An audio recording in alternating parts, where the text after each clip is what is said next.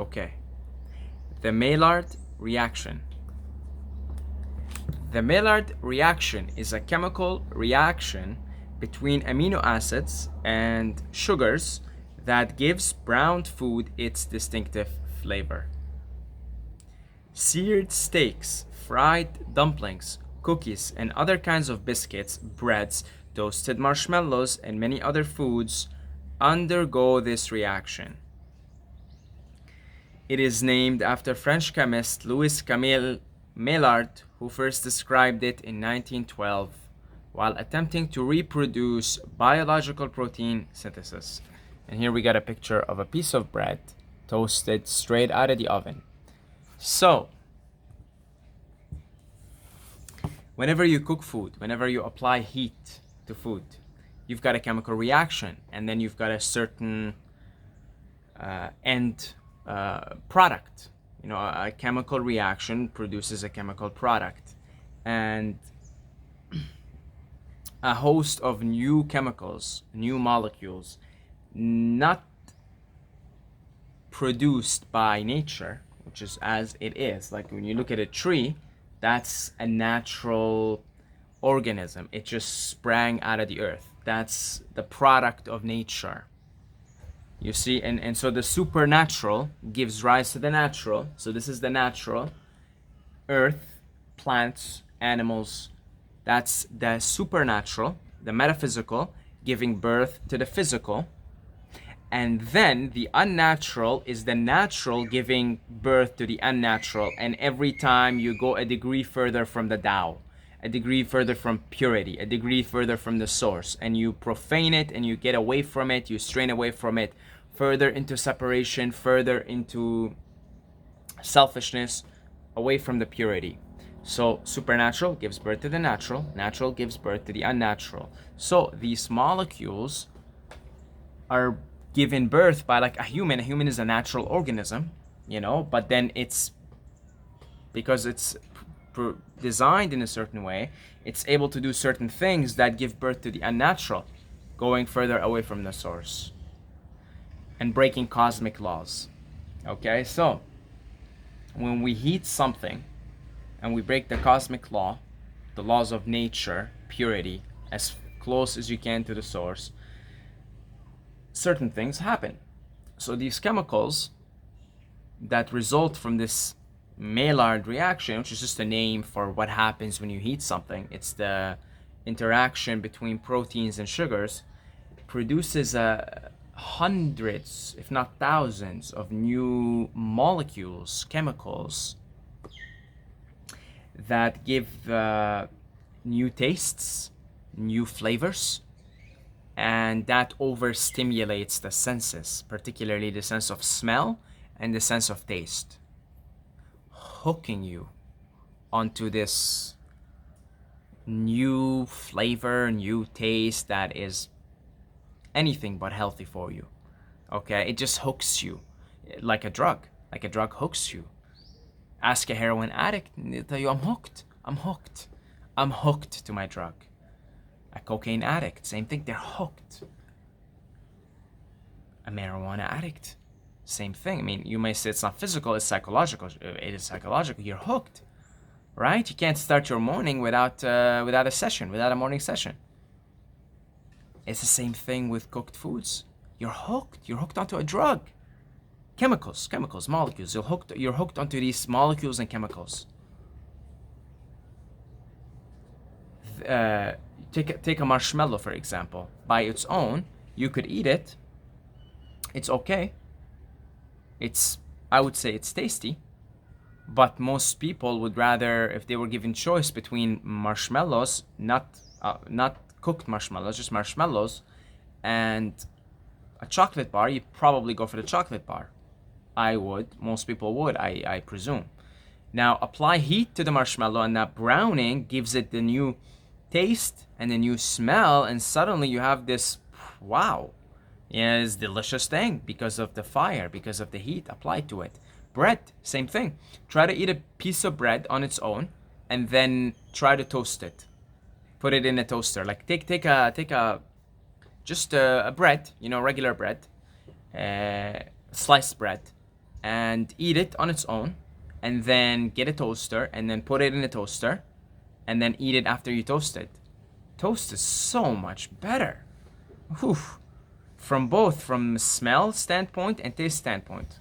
So much better because of all these new chemicals and molecules that are created that are in all likelihood, some of them at least, are carcinogen. They're cancer causing. If not cancer causing, then they're toxins, toxic to your body. You're putting in poison into your body. You see, and that causes addiction. You know, the body, if you put poison into it, it's a weird mechanism. But it's, if you do it over and over, it starts to get addicted to the poison.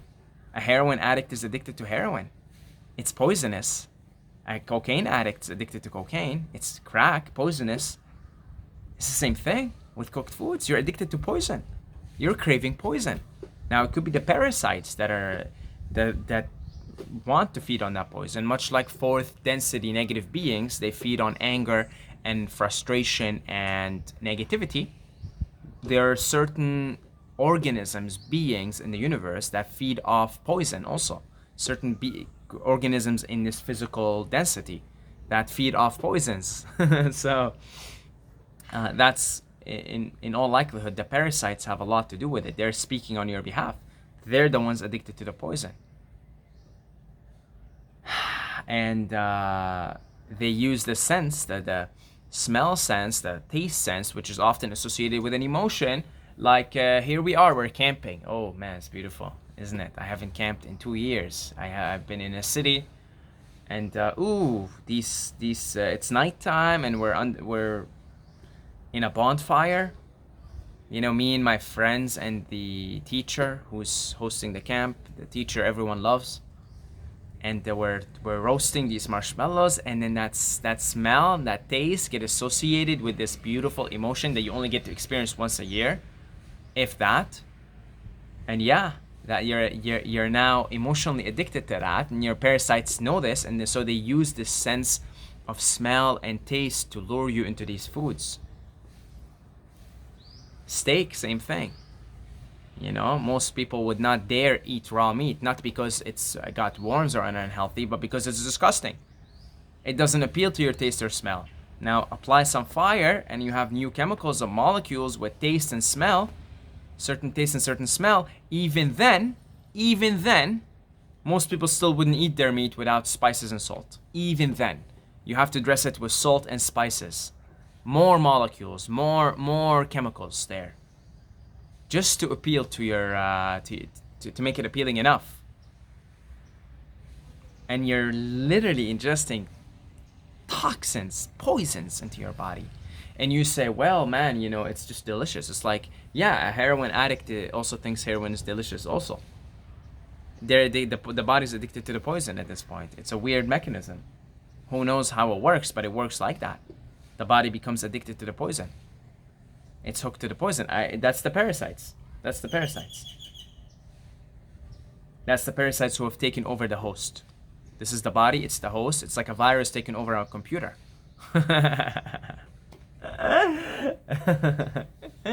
So, yeah, it's quite bizarre like that. It's quite bizarre, but you have to recognize that you're an addict.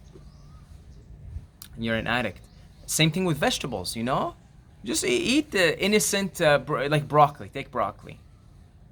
You know, broccoli on its own is not appealing. It is not appealing. It really isn't. It really isn't. Now apply fire there, okay? I would say roasted vegetables. I like roasted vegetables. But why? Suddenly, I mean, not even salt, not spices, nothing. Why is that? Isn't that weird? You know, for the most part, I mean, vegetables aren't all that appealing. That's why when we make a salad, we have to put olive oil, and we put like oregano and all, you know, so we put some peppers and this and that. We have to do it because vegetables are not very appealing in a raw state. But somehow, when you roast them, suddenly, hey, it's kind of good. Just innocent roasted vegetables. Well, that's because there's certain new chemicals and molecules that are causing the flavors and the taste, the distinctive taste, the new taste. It's a new taste. When you roast broccoli, you get a new taste altogether on your hands. It's those chemicals that are the result of basically destroying you're destroying the food. You're causing a destruction. You try to burn me, I would suffer and then I would die, and that's it. The life force leaves, you're destroying the thing, you're destroying the living being. But for whatever reason, these new chemicals, for whatever reason, they're appealing to your taste, they're appealing to your smell, and so now it's like, all right, I'll eat these roasted vegetables, you know. So yeah, so it's quite a bizarre thing. You're an addict. Just recognize that more people are addicted. Cooked foods are drugs. All foods are drugs, just different degrees of drugs, right? Heroin is physically more addicted than marijuana. You're going to develop a physical addiction to heroin a lot quicker than you would develop a physical and psychological addiction to heroin a lot quicker, and with a lot more clinging than, say, marijuana. Both are drugs, though. Let's say all foods are drugs. Fruits are drugs too. Okay, and it's all drugs. No different than Adderall. It's all drugs. All of it is drugs. It's just cooked foods would be like the heroin of food, and then fruits would be natural things. Raw foods would be like the marijuana of foods. Still drug. Okay, it's just less addictive. I guess it's less obstructive to the body. But they're all different degrees, different forms of drugs. And cooked foods is like the heroin of drugs. It's very addictive due to the application of fire, causing these new, very addictive chemicals. Addictive physically to the senses. They're appealing to the senses and addictive physically. That's the parasites are very intelligent. They're very intelligent, so they're somehow manipulating you also. They're manipulating your senses. It's a drug. So recognize that you're facing a beast, and your addiction goes back to childhood, man. You've got all these emotions attached to cooked foods. I spoke about it in a previous video. Because a vast majority of humans grow up eating cooked foods. So the vast majority of humans are basically conditioned. They're addicted to heroin, essentially, just in the form of cooked foods. And you've got all kinds of emotions, childhood emotions, like your mom cooked a certain food on Fridays, or Saturdays when all the family got together and it was the holiday or something. And then you have like an addiction. It's an emotion, a happiness emotion, a comfort emotion, comfortable emotion with this drug. So not only are you dealing with the heroin-like physical addictive features of cooked foods, you're also dealing with the emotional addictions that have been formed together with the event of where the consumption of that drug was taking place as a ritual. Like I remember Fridays, which was like the Muslim holiday, right? You go pray, and so before prayer, here's the ritual. Every Friday, before prayer in the morning, my dad would go in the morning. He always got up in the morning, and he went to this place. They made this absolutely delicious hummus, okay? And by the way, most of the hummus you get in the West is like, it's taste-wise, it's not as potent of a drug as the ones you would get in like certain places in the Middle East, right? And so we would before the prayer, the whole family would get together, and we would eat the hummus, right? And hence why, even coming to Canada and living on my own, I had a massive hummus addiction. Massive, because of that association. Friday in, Friday out. Family get together, it's holiday, it's nice, it's no school, no work for dad, no, but everybody's at home. It's a ritual, it's associated with happiness, yeah. And then and so that's one example. Right? It's just so not only are you eating heroin, you're basically eating heroin. It's a drug. It's the equivalence of heroin. The heroin of food is cooked foods, but also you're associating it with some emotion that is very comfortable, that is very happy, that is very comforting. So you eat that hummus, and I could be in my apartment, and it's January, and it's cold as fuck in Canada, and I want some comfort, and I get some hummus, and boom, I get that comfort, emotional association with that ritual. So it's a massive addiction. And it's a culturally sanctioned addiction, right? Because every culture cooks their foods, and every child in the world practically is raised to on this drug. It's a massive epidemic, folks, a massive epidemic. And there's your explanation: the Maillard reaction. All these hundreds of new chemicals, unnatural chemicals, that hook your senses, your smell particularly, and your taste. Roasted vegetables are much more appealing smell-wise and taste-wise than raw vegetables. Roasted marshmallows, same thing. Bread, try and toast the bread, toasted versus untoasted. When I eat bread these days, if I'm going to eat bread, because again, I'm just like an addict, and I want a fix, whenever that happens, which doesn't happen often, I make sure it's toasted. If I'm going to indulge in heroin, I might as well indulge in the best form of it, the most appealing to my senses. I toast it. There's no point of me eating bread that's not toasted. If I'm going to, if I'm going to treat myself to, a drug session, I might as well toast it. Yeah, otherwise I'm wasting my. I'm wasting.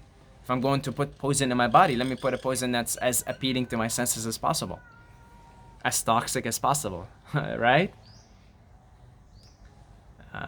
And then, of course, the process of making the bread. I mean, nobody's gonna want to eat wheat on its own. It's not even edible. It's now that might kill you if you eat wheat in its raw form. So then you process it, and now it's appealing, and you further toast it, and that's even more appealing.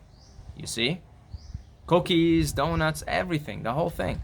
It's these chemicals that are the result of applying fire that are hooking you, and then they obviously put more stuff on it that hooks you even more. It's a serious addiction. Food is the most potent, powerful drug because it's culturally sanctioned and it's normalized in society.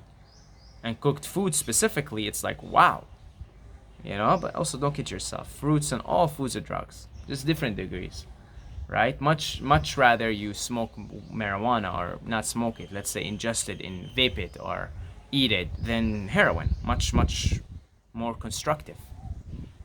Much less harmful. So yeah, that's it. That's about it, folks. And I would like to extend my gratitude, gracias to all my amigos and amigas for your continued support on Patreon. Thank you very much. Thank you very much. I appreciate it. And if you've got a couple of bucks a month to spare, then the link is down below, or you want to make a one-time donation. I pray for all my fellow drug addicts. I pray to the force that it may be merciful on all of us and help us get off the drugs. Yeah, that's about it. Until next time. Oh yeah, Said Mubayir at Instagram. Some of you guys have been reaching out to me lately talking about your drug addiction, and I'm always happy to talk about that. That's about it. Until next time, may the force be with you.